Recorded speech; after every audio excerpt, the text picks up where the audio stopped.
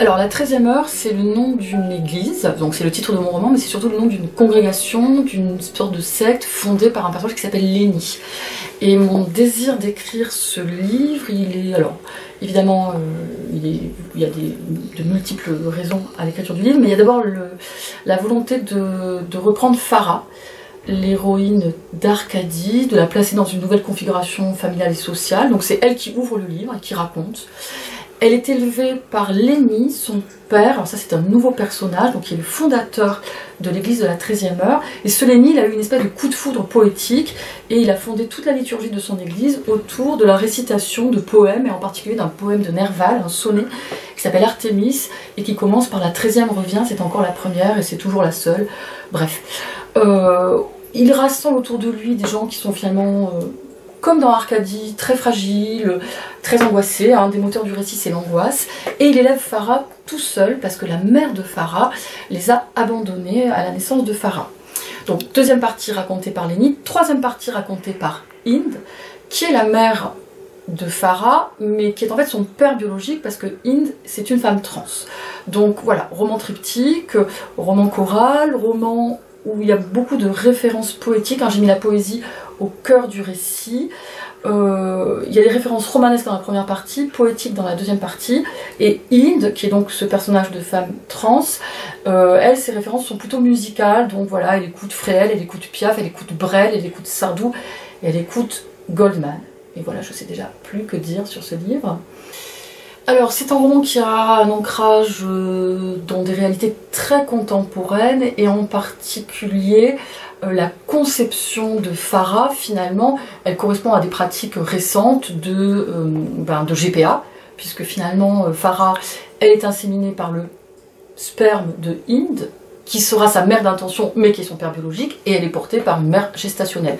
Donc c'est vrai que c'est un roman qui interroge un peu ces nouvelles familles, en fait, qui se mettent en place aujourd'hui en France et ailleurs.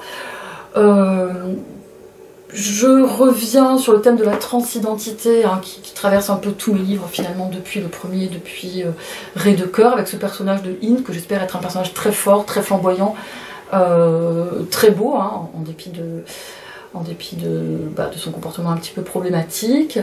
C'est aussi un roman sur nos angoisses contemporaines, hein, puisque il est question de fin du monde, de pandémie, de réchauffement climatique. Hein. Les membres de la 13e heure, finalement, ce sont des gens que toutes ces thématiques inquiètent beaucoup, et qui trouvent autour de Lenny, finalement, avec le personnage de Lenny, donc le père et le narrateur de la partie centrale, quelqu'un qui les rassure, quelqu'un qui les cornaque. Hein. Moi j'ai souvent comme ça des personnages très énergiques, très charismatiques, qui ont des idées, qui ont des théories, qui ont des projets, et finalement autour de ces personnages très énergiques et très charismatiques, comme Arcadie dans certains de mes autres livres, et Lenny dans celui-ci, il y a des gens un peu abouliques, un peu apathiques, un peu faibles, un peu passifs, qui se regroupent et qui essaient finalement de trouver une forme de réassurance dans cette église et autour de ces personnages qui sont dotés de plus de joie de vivre que les autres. C'est vrai que moi je suis fascinée par les sectes, les congrégations, les congrégations millénaristes en particulier,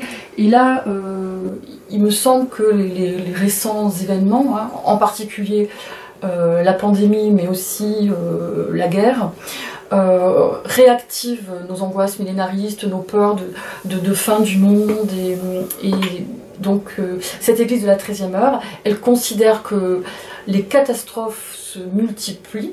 Alors en réalité il y a toujours des catastrophes, mais elles ont l'impression d'un nombre accru de catastrophes, en particulier celles liées au réchauffement climatique, mais pas seulement, et elles interprètent ces catastrophes, les méga-feux en Australie par exemple, la fonte de la banquise, ou les guerres, les attentats, comme des signes que la fin du monde est proche, et qu'il faut œuvrer à l'avènement d'un état du monde apaisé avant que précisément le monde n'aille à sa perte.